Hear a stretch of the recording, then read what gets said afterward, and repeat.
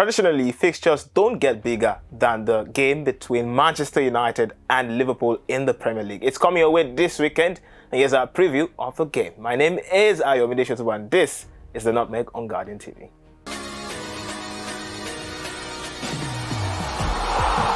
Okay, now herald the return of a Manchester United fan in the studio here for this episode. Hogan makes a return.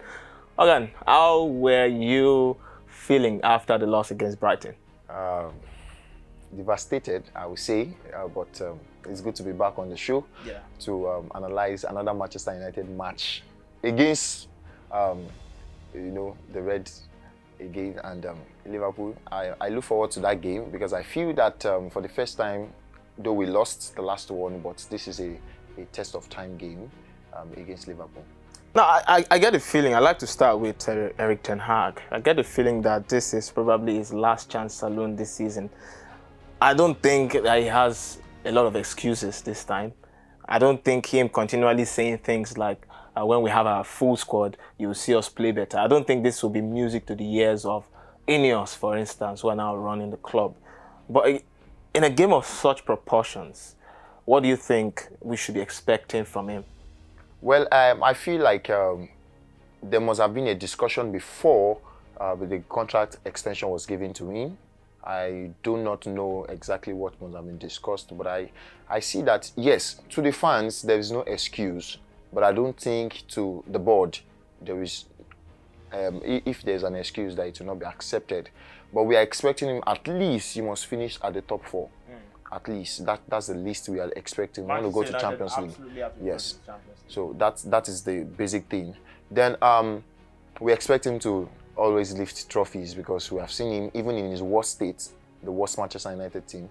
We have seen them, win the trophy. And he has also said from the beginning of the competition that we are not fit enough because some players went to Euros and they were not able to join the... Yeah, exactly. And we still have some of them still recovering.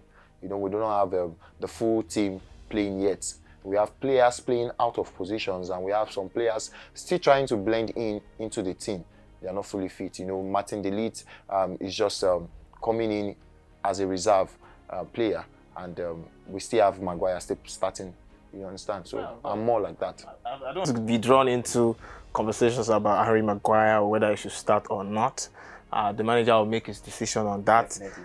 But let's look at the other side of the divide. Liverpool, Arne Slot, great start for them so far against Ipswich. They won. They also won the last game as well. Great turnout of the Reds at Anfield in the first game of Arne Slot. Are you encouraged by what you're seeing, despite the fact that these guys have not made a signing in the transfer window? Yeah, I would say that it's just a continuity of what Klopp has just finished doing in the previous season. He just stepped into it and just, we have him still using the same set of players. I believe that the materials were already there. We see him starting Gravenberch more than any other players that he had used, that Klopp used in the last season. And, Szoboszlai had been able to, come into the team and blend himself with other players, the likes of Diaz and the likes of Jota, who is now fit, not on injury, and starting up front. And we have, of course, Salah still balling and still making the goals and all. And Van Dijk is still there, controlling all the games from the back. So it's just a complete squad. Something that Liverpool fans had last season, and it's going to make them feel like a wounded animal coming into this one, is hammered for the semi-final.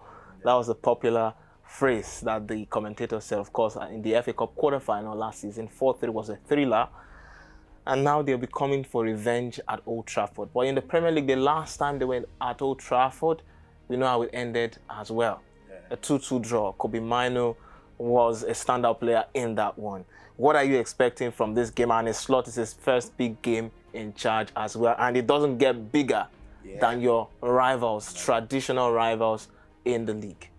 Well, we're expecting the game to be a very fantastic game. This is Clash of the Titans, and we are looking at two bad coaches. I know you were going to mention that. We're looking at two bad coaches, bringing out their tactics. Yes, we know that. Two bad coaches also from The same country, you know, same league, and the Netherlands champions of that league as well. Of course. So, and you know, and coming from the same team into the various teams that they are in now, I feel that one way or the other, Slot has been able to put in the culture of a style of play. But don't you think it's too early to make that assumption? We saw what they did throughout the preseason, and they continued like that. All you need to do is to win one game. You win one match. If you ask those coaches, they do not tell you they are going to win all the matches. They tell you we win one match at a time. You take one step at a time, and they've been able to take those steps. Consider what their season's objectives are in the grand scheme of things. Because why I make this as a case here is Ange Postecoglou of Tottenham Hotspur last season. They started like a house on fire. They were very good, great style of play, expansive, and they were very bold, courageous about even when they lost. Perhaps you remember when they lost against Chelsea, they retained that high line, you know, despite 2 red cards and all that. But, you know, I see people talking about how Liverpool are playing a style of play, but I don't know. I kind of feel like, you know, some people are saying, and I agree with them, that it's too early to, of course, credit Arne Slot. Yeah, it's too early to credit any coach right now or any team right now. Yes, Chelsea lost their first game against Manchester City, and now they you know, just demolishing Wolves in Wolves' home ground, 6-2. You know, for the first time we saw a different pattern of play for Chelsea. But for Liverpool, we have seen consistency. That's one thing that we always want to look out for in everything. Consistency. They start the game, they do it over and over again until they get the goal. They keep pressing until they get the goal. They look for, they allow you play your game while they do theirs. And while they are doing theirs, they press you when you're on the ball to make you make mistakes, and they get the opportunity and they score. These things that you are talking about now seem to be what's absent with Manchester United under Erik Ten Hag. At least that's the argument of some people. But, you know, he brings the titles to the table either way. And a fair argument is the titles matter even more than the play style. I don't know if you agree to that sentiment. Yes, we want to enjoy football. We want to enjoy watching our team play football.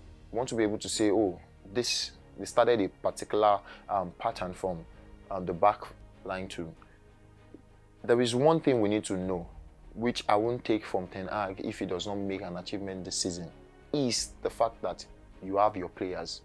You've requested for these players and they've given it to you, from the back line to the attack. Oh, yes.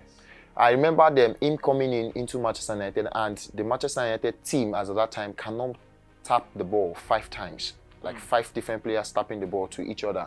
But now we can see them do that. We can see them do it. But what I'm looking forward to is players completely coming into the team, where we have a natural left back playing the position, a natural right back playing the position, wingers playing, you know, being hungry. I'm looking forward to him dropping Marcus Rashford if he's not doing well, because I've not seen him do well in the last 2 games. You know, for somebody who is hungry for the game, like Garnacho. Okay, but let's quickly switch to London very quickly, and before the end of the show. Arsenal facing Brighton. Brighton look like the real deal so far under Fabian Ozila, a young coach, and then Arsenal putting away their demons to defeat Aston Villa last weekend. How do you see this game coming through as well? Well, it's another game to watch, and it's going to be a beautiful game because each of the coaches, they know what they are looking for, they know what they are aiming at. I just feel that Arsenal will still scale high on this because it's a big test for Ozila. Yeah, because if you watch the game against Aston Villa, they kept doing what they do, you know, keep doing it until mistakes came out. The goals came out of mistakes, you know. I don't think Brighton can stand the test of time in that game. So let's take score predictions. Man United versus Liverpool. I'm a Manchester United fan. I want to see Liverpool lose. Yeah, I want to see Liverpool lose because I do not expect that Liverpool. Yes, they might be coming for a revenge, but this is Old Trafford, so I expect. How about the game at the Emirates? Arsenal. Straight up. All right, you let us know what your comments and of course your predictions in the comment section, and we've been expecting to see them. But thank you very much for watching this episode of the Nutmeg. You can be part of the community on YouTube. You subscribe to our channel and tap the notification bells, and also you can follow us across all social media platforms. We are Guardian Nigeria as well. Hogan, always a pleasure to have you here. Thank you very much. Thank you very much. And hopefully for you, Manchester United wins. But that is a full complement of our show. My name is Ayomide. I'll see you in the next episode.